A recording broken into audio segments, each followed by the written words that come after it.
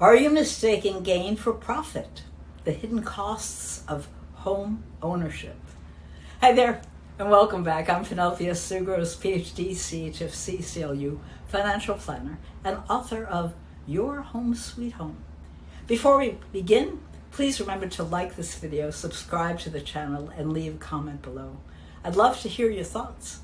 How do you define profit when it comes to your home? Let's dive in.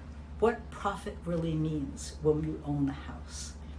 It's natural to feel proud when your house has gone up in value. You bought it for one amount and now it's worth significantly more. On paper, that looks like a win. But is it really profit? Let's pause and define our terms. Gain is the increase in the sale price compared to the purchase price.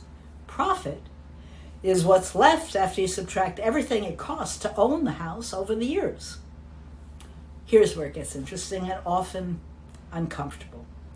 Most people forget to factor in the real estate taxes, mortgage interest, maintenance repairs, insurance, refinancing costs, and even the costs of borrowing against the home with a line of credit. If you subtract all of those from the gain, your profit may not be as impressive as you thought. I'm not here to rain on your parade. I'm here to help you see the full picture. Because if you don't account for all of these costs, you may think you have more financial security than you actually do. Let's walk through an example. Say you bought your home in 1976 for $44,500, and now it's worth $187,000. It feels like a gain of $142,000. But what if over those decades you paid $90,000 in real estate, $50,000 in maintenance, $40,000 in mortgage interest, $20,000 in insurance? Your profit could actually be closer to zero or worse. That isn't saying owning a home is a bad investment. It's simply to highlight that home ownership is not free, and the equity you build comes at a cost. That's why I encourage you to do a real profit calculation. In my book, Your Home Sweet Home, I include a worksheet that helps you break down this line by line. You don't have to be a numbers person to understand this concept. Even a rough estimate can give you clarity. And for those of you who are numbers people, go ahead, dig in. You might be surprised at what you find. If it turns out that your house hasn't been as profitable as you thought, don't panic. It's not about blame. It's about insight. The real question is, would you be better off somewhere else?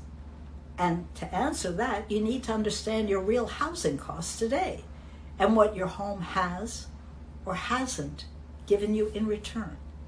Because in retirement, what matters most is how your money supports your life, not just where it sits on a spreadsheet. Maybe your house has served you well, but it's not aligned with your future. Maybe it's time to convert some of that trapped value into flexibility, freedom, or peace of mind. So, what do you think? Have you ever calculated the true profit from your house? Let me know in your comments below. And if you found this helpful, please give it a thumbs up and share it with a friend who might benefit. And if this video gave you something to think about, please like, subscribe, and share it with someone else who might benefit, might be facing the same questions that you are. I'm Penelope Tzougros, and I'm here to help you feel confident about your next chapter of life. Call me today at 781-577-2311 or visit wealthychoices.com, and let's build a plan that gives you clarity, stability, and confidence about what comes next. I'm Penelope Tzougros, And I'll see you in the next video where we'll explore the real cost of staying in your home, not just financially, but emotionally and physically too.